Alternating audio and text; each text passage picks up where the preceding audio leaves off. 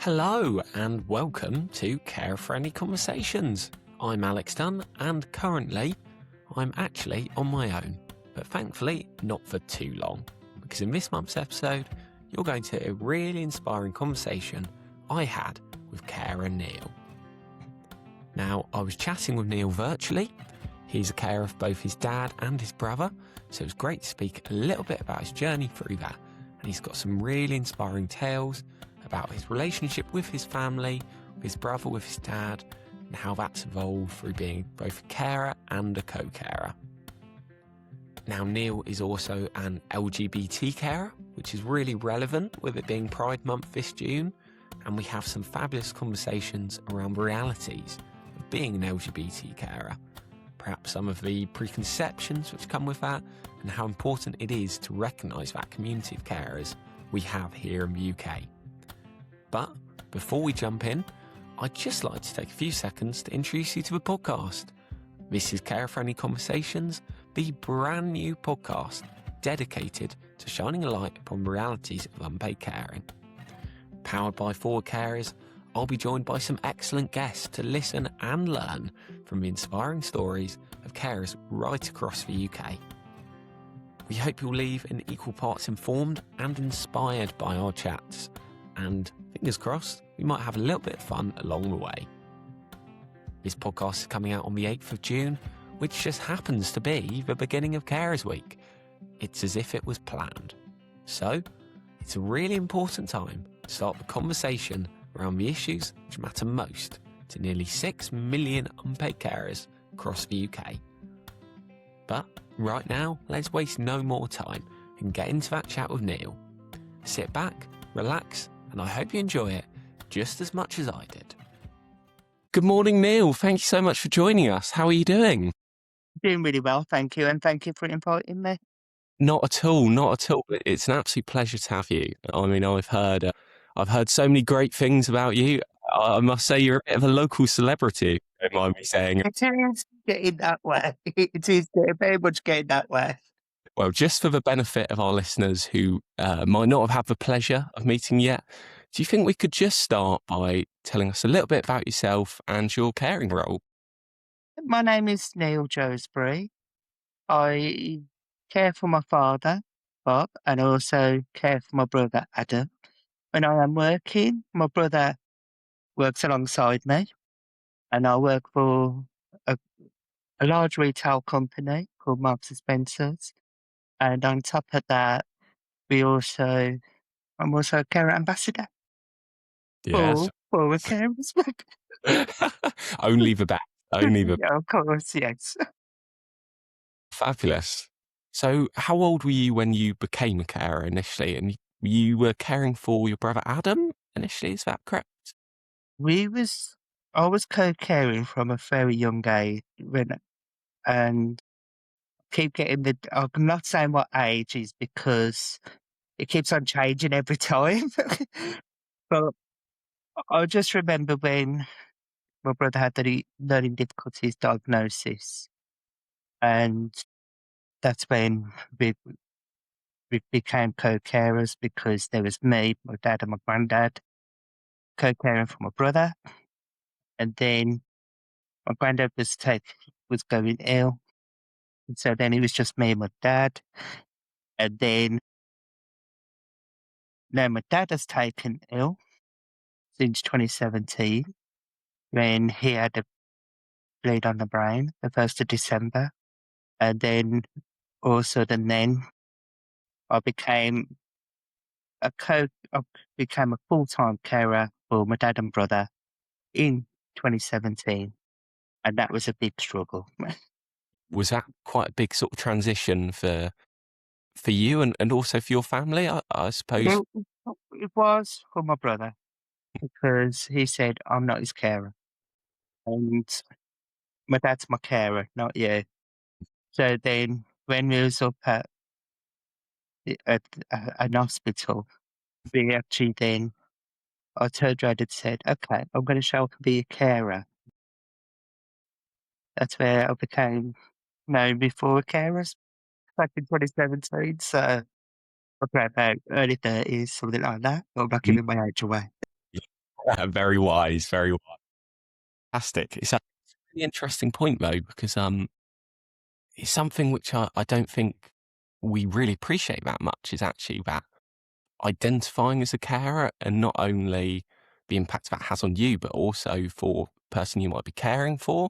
So I think it's a really interesting situation with, especially in that family scenario, that transition is really interesting to hear someone talk about it. So thank you for sharing that. It's okay. It's it's how you actually support both of them. It's because if you miss one thing, then it all falls out of place. It is where you have to like, okay, I have to include both, not just the one.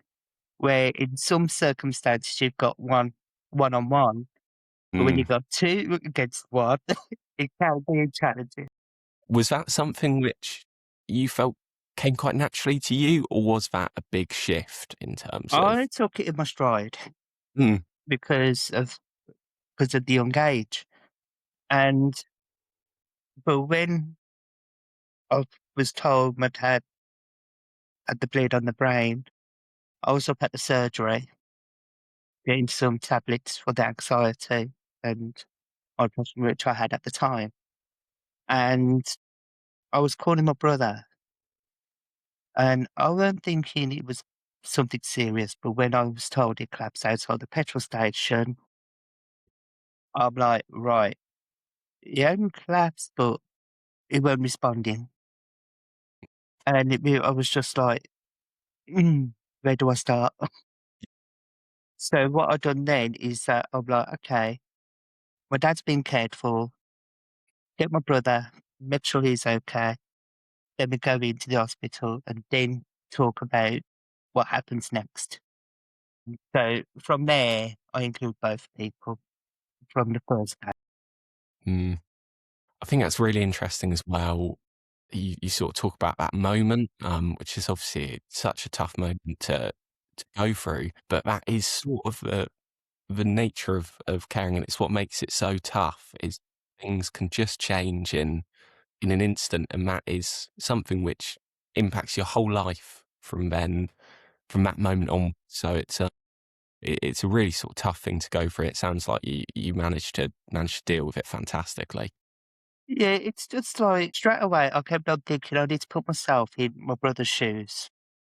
Then without me put myself in my shoes first, I had to go straight into the care role, like, Adam, this is what you need to do, and then come up and meet me.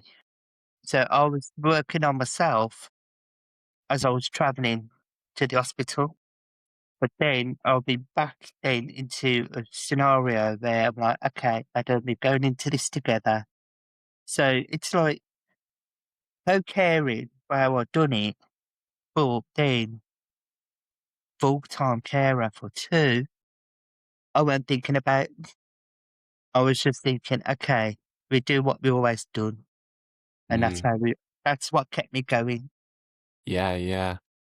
That's really fascinating. Sort of that idea of you'd almost built up that strength already in a strange way, and you're able to use that and draw on your sort of prior experiences.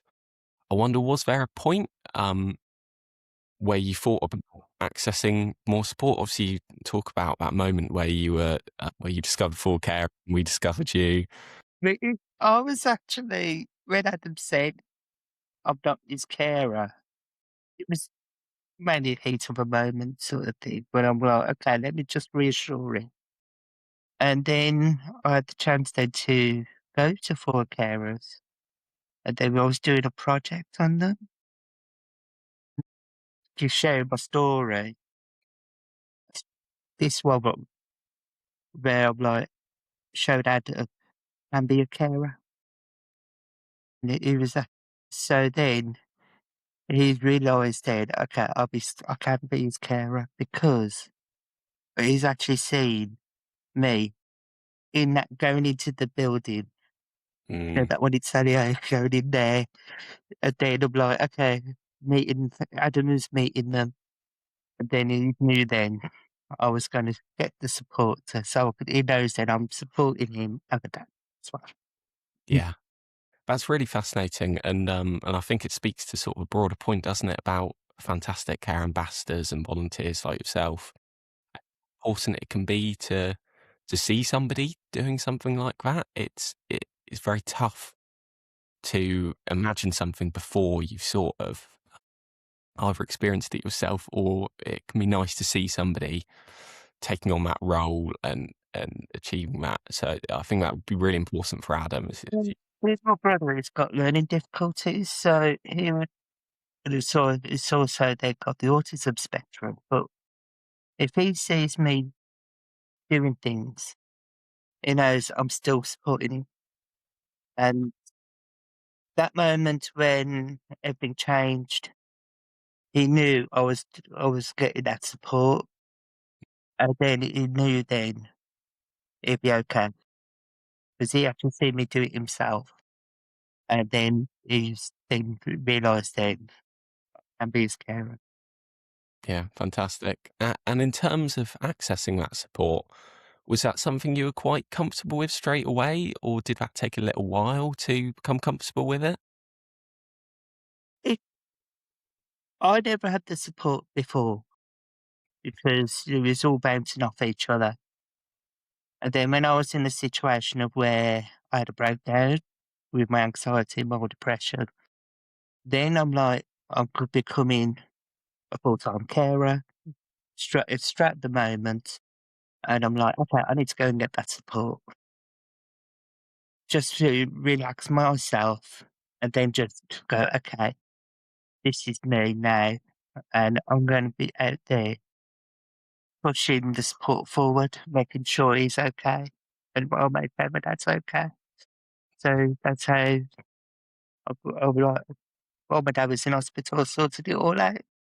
Yeah, it's just so inspiring to me, and I think it's really important again because it can be so hard to lose sight of yourself when caring, can't it? It's one of those things which um, you're so focused on supporting, especially if supporting one person, even more so if you're supporting two, it can be really difficult to lose sight of yourself and the support you need. So it's really brave and it's really courageous to go out and reach that support.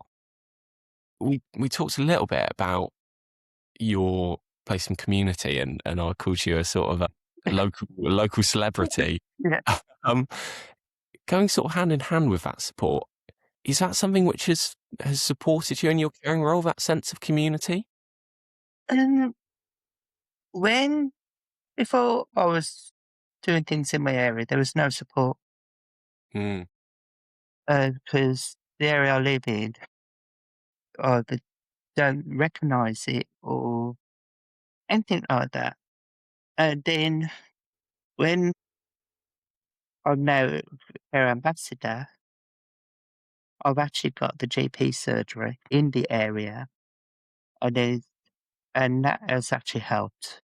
Is because I know there's some of the doctors and that, and it's also then supporting people where I have the chance to.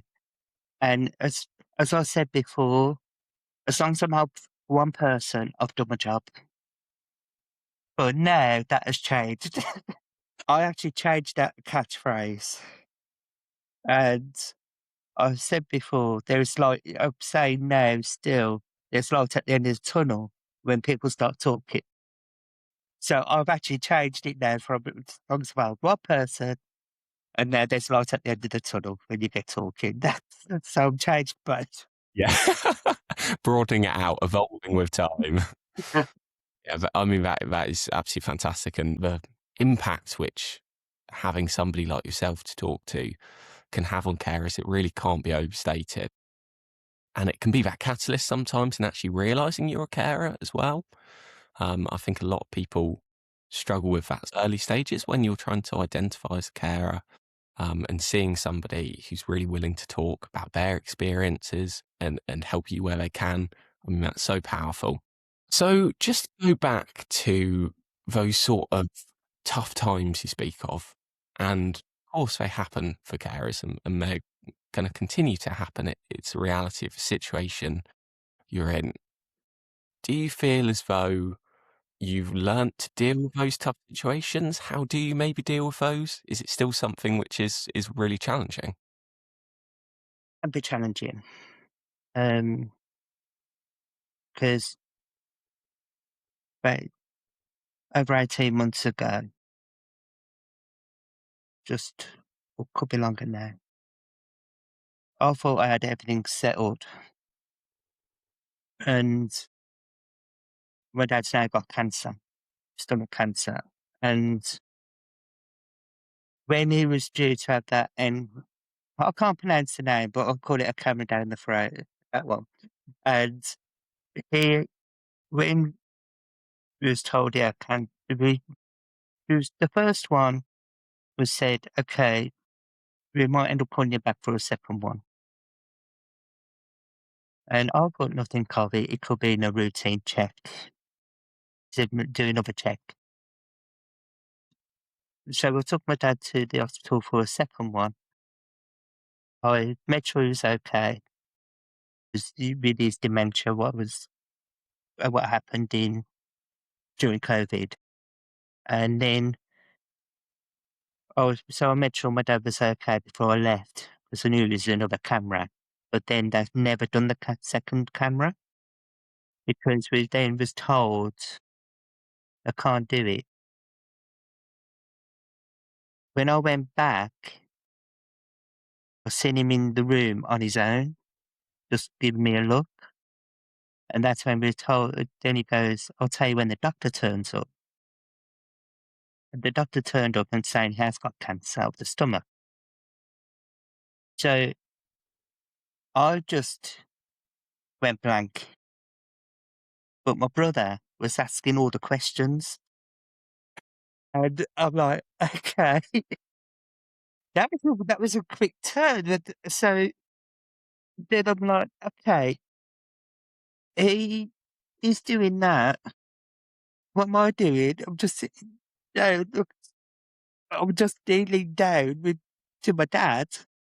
And I've got other people in there. I'm like, so challenges do come and go, but the more challenges I get, the more experience I get to share. Yeah, yeah, yeah. But that was the lowest moment because I know he's got other health conditions, but seeing him in that room on his own, and I was outside having a little break, I felt bad, but then I'm like, I need to I'd say get a break so he doesn't, get upset and that. So I'm like, we go outside. And then we had a call back in. I'm like, okay. We have more changes than anything going, but that's when the tables turned where I know, okay, Adam's been looking what I'm doing Mm. and he's asked the questions. I'm like, okay, Was that something you were quite proud of, seeing that? yes. I was very proud. I'm still am over it because he's asked questions where I thought he would not ask because he's normally quiet in health professions. Yeah, yeah. Then I'm like, okay, he's asked these questions like, why did it take you so long? What and everything. And then I was doing cancellations for to try and get it removed those things that would have a look. Mm. And then I was asking some questions, but my brother was asking more questions about it. And I'm like, this is actually a turning point, Mm. is because he's asking questions to medical stuff where I thought he wouldn't do. But not only it was challenging, but it brought my brother out a little bit more. So that's where I'm like, okay, Yeah, you yeah. can ask the questions, I'll just listen. And I think that probably goes back to that sort of inspiring figure you've provided, seeing you in that role before has really given him the confidence to do that. And thank you so much for sharing. That's brilliant. With that sort of family element, is that something which has really kept you going throughout it? Having people there? It does, and it's gaining independence from both, is because I don't want them to lose their independence, is because what keeps them going is laughing, joking, and also on top of that, doing their own thing, is because they've got their own ways of dealing with things. And that's, to me, part of independence, because I want to keep that going as long as I can. And that's why that's why I do things, is to keep them two going and keep myself going as well. Because keeping the independence is more important than just saying, okay, you're not well, just sit there. But if I do that, they'd lose their independence quick. And I would like to keep it going as long as I can. I think that's such a point, and it's something which I don't think a lot of people would think of immediately, actually, that that sort of role. So it's brilliant brought up and is really important to think about in terms of it's not just about ensuring everybody's okay. It's about ensuring everybody is happy, is thriving as best we can. So I think it's such a valuable point to bring up. You mentioned a little bit earlier about working at Marks and Spencers. How have you found that balance of work and caring? Have they been quite supportive with it? They are supportive, because they actually, I keep my phone on me, and I have done since 2017, is because when you know you've got two people who need me, and I'm always saying, call me if you struggle. So if Adam's having a bad day, I'll just say, give me a call, because I've been granted my phone on the shop floor. And also they've got Family and Carers Network, which really helped me as well. And also I do help them as well, because I always throw a share. But I know we're gearing up for Carers Week. There, so I'm going to share my story again this year. And also it's about helping others, because they're in the same situation as you. Then you've got the other side, you're like, well, are you a carer? And also then when they look at themselves, they'll go, yeah, where do I get the help? So it's recognizing that you are a carer. That's why I love that week. That's why I should do quite a lot in the carers week. I where from out and about or on Teams.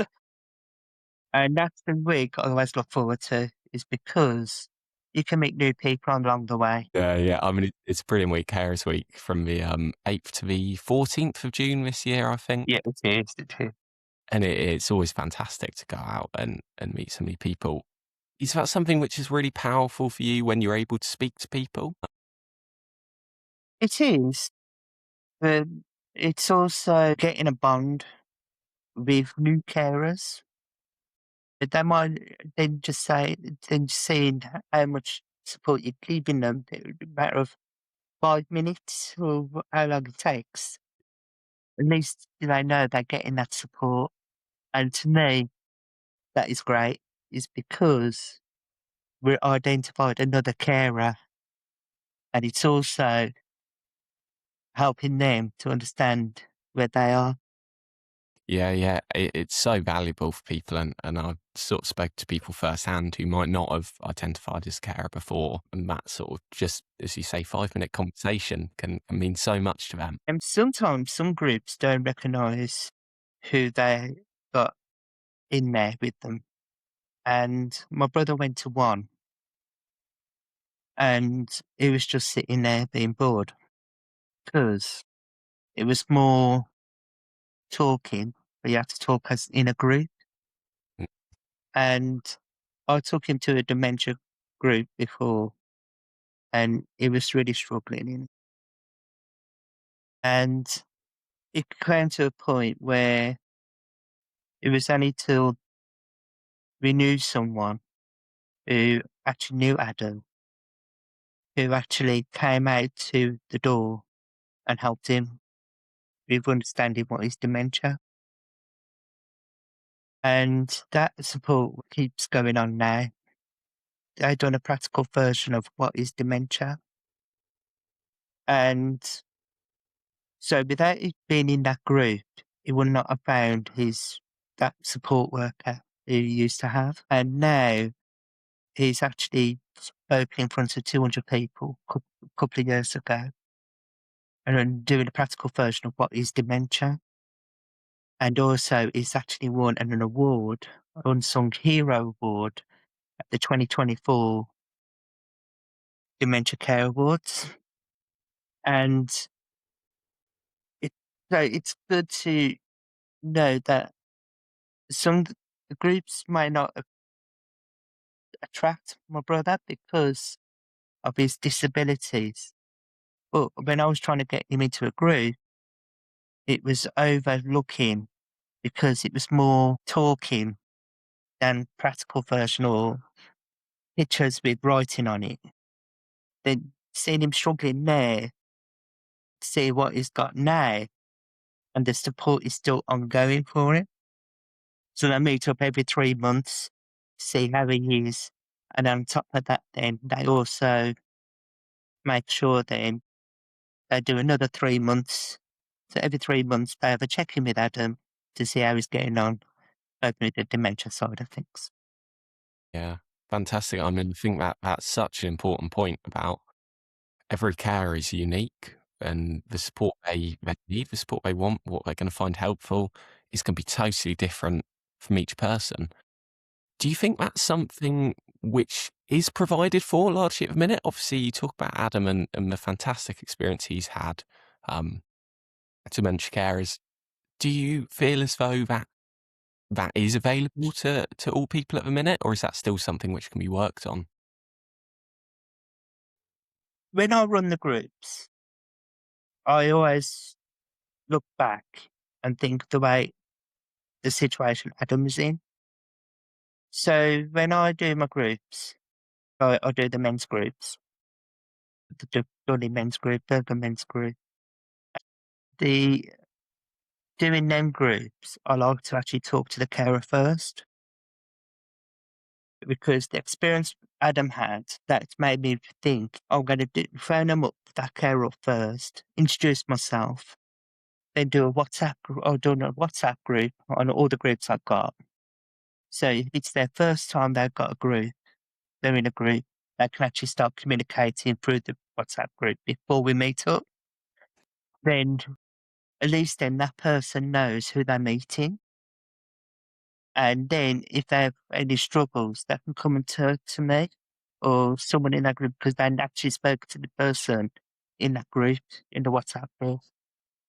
And so I reflect on the experience my brother had, what made me say, okay, let me introduce myself to that person, then add them to the WhatsApp group. And then when we meet up, they know who they are expecting. Yeah, fantastic. It sounds like a really sensible approach and as you say, really important to give carers that understanding of the support. So it's not they know it's not a one size fits all and we can work around them to try that support as personal and perfect as possible. Going on to those men's groups, how do you find them? Do you find it really nice to connect with especially other male carers? I do, because there's not really many men's groups around. And it's like, where's your time when you go out and about? And this is why I like to, first of all, the Dudley one, I was dead nervous with because that was my first male group. But now we're doing more things, attracting one or two more each month. But then when I've done the Birmingham one, and it was based in Sally Oak. And I was thinking, okay, so gave it a few times, one or two turned up, but then I moved it then to the city centre. It's attracting as well now, but it's just like getting all the male carers to say, this group is for you, and you can actually be yourself. This is your time. Why not give it a try? Because there is male carers in that situation where they don't like talking. It's like we go to certain venues in like in Dudley, it won't actually talk in an office environment. It would actually talk out and about. Some people don't like it. They just get like, okay, but this is a carers group where you might voice that situation as well. At least you're all together and sharing the experience. When I'm like, oh, let's do a check-in, that's when I get talking.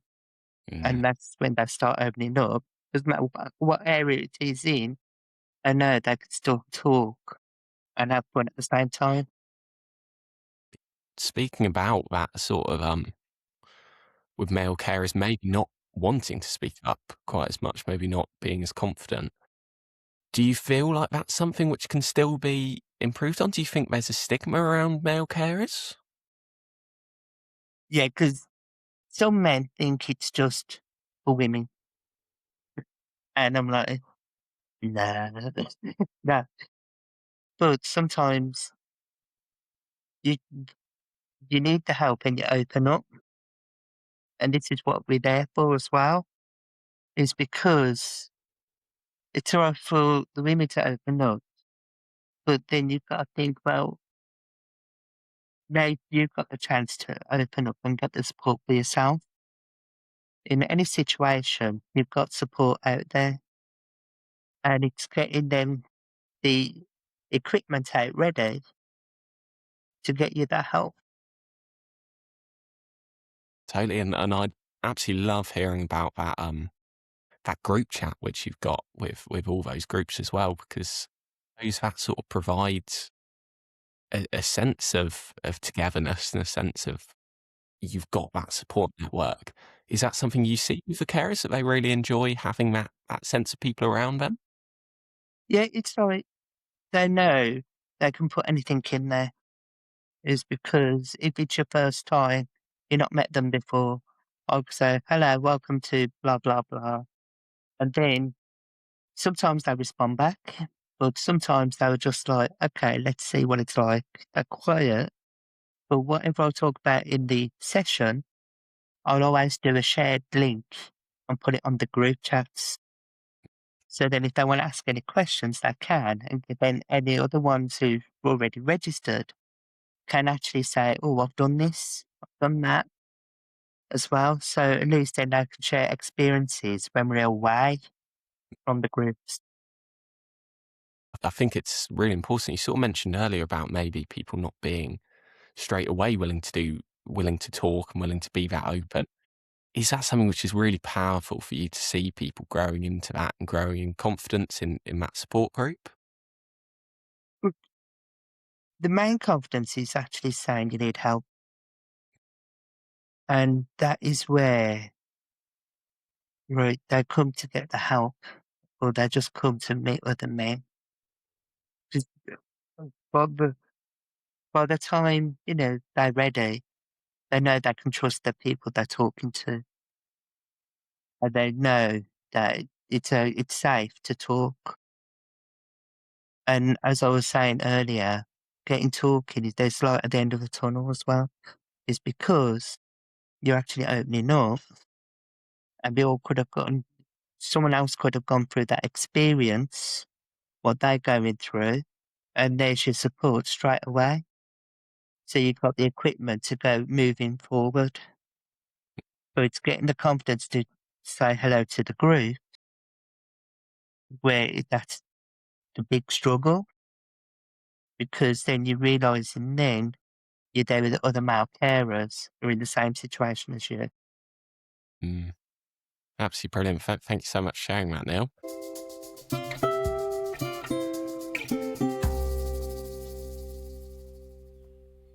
So we are recording this at the very beginning of June, which just happens to be the beginning of Pride Month here in the UK.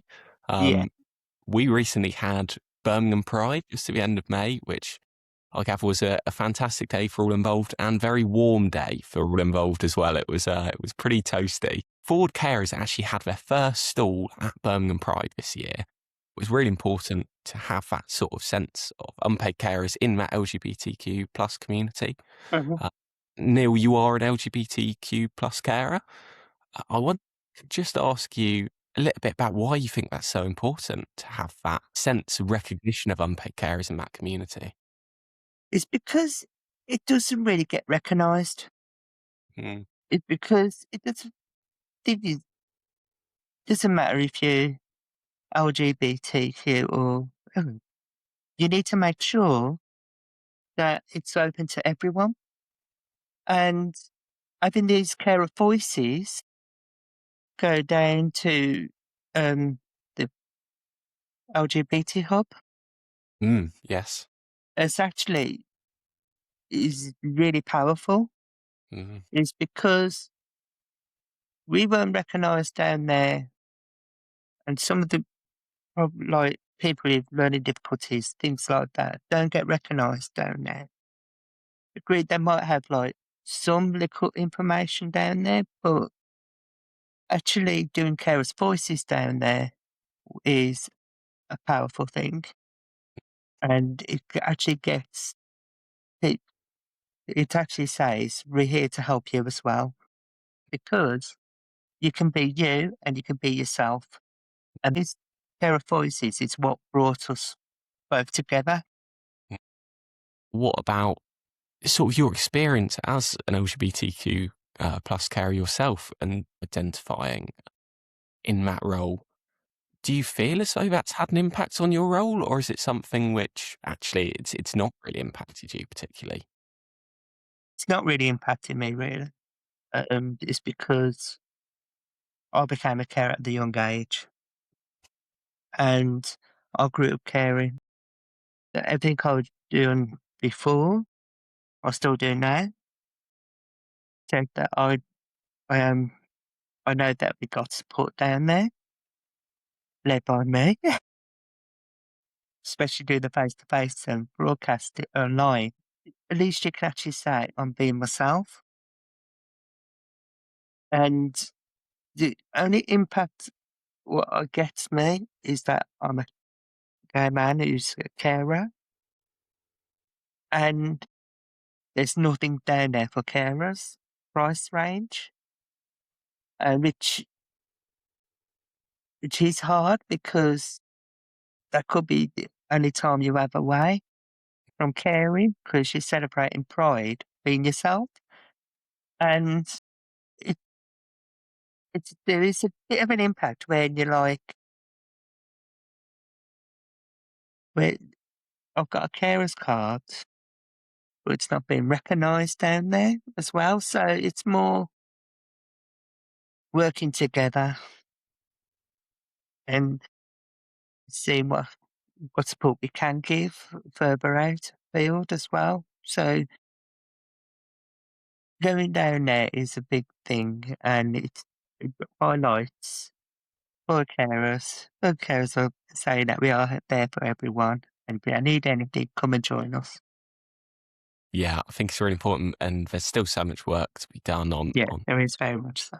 accessible to those communities and other communities. You know, it's as you talk about sort of Adam's experience, it's really important to make sure that everyone's aware carer support is for everyone. It's accessible, it's inclusive. We're here to support unpaid carers, and that's all that matters. It is because it you don't actually know what's going on behind closed doors, and it's like being down there is just fabulous. It is really fabulous. And you spoke a little bit about the support you offer in your groups. Is that something you found quite inspirational, being able to talk to other carers who might be LGBTQ plus? It actually brings together.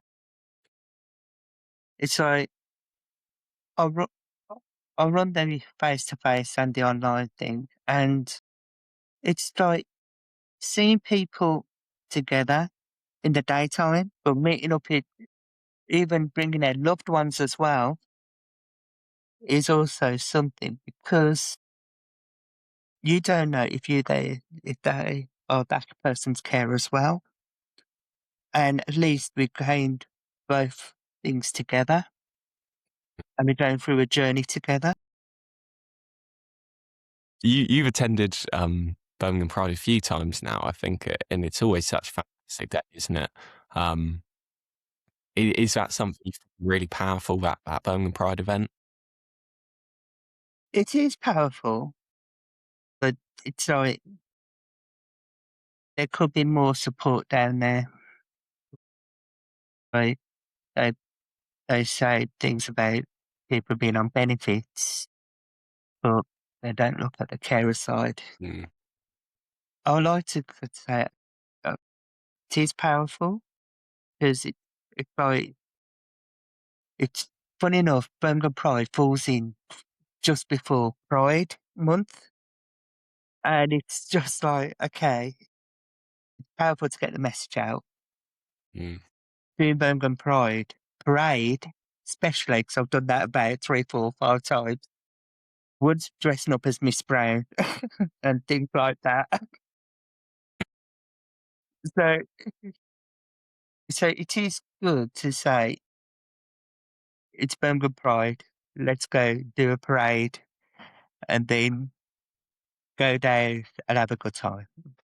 I think it's a really valuable point you brought up as well about the representation perhaps not being there in terms of, if you compare it to something like benefits or whatever it is, I think a lot of people are still getting to grips with how important the role carers play in our society and in our communities are. And I think there's so much work still to be done in ensuring that not only are there sort of appearances at events like this, but it really is a mainstay, that it is appreciated by people, by communities, by societies, that they understand this, that it's just a given. Carers are appreciated and recognised in these communities. It's it's like you recognise yourself as LGBT, yeah, plus, and also we need to recognize ourselves as a carer as well. On top of that, and it should really go hand in hand. It's like we go down there supporting, but then it's like getting the organisers to work with us as well, so it's all goes smooth, especially around the Pride weekend. Getting it right for all needs. It's like I've seen one saying, "Oh, carers get so much, so much," Mm. and but we're going in hand, as we said earlier, there is a lot of work to be done down there, and I've got all the time in the world. So, Yeah. it's not just going meeting the carers, and it's not just going online with them, but it's also working hand in hand with our carers. Then you've got then you've got Pride. But I know being down there is an iconic thing. It was our first year this year, and I know we've got quite a few more years to come. Many to come, many to We have come. it then. Well, what we can't say is that you're not doing your bit, Neil, because you're fantastic work. Well, I've also got recognised quite a few times with the work I do.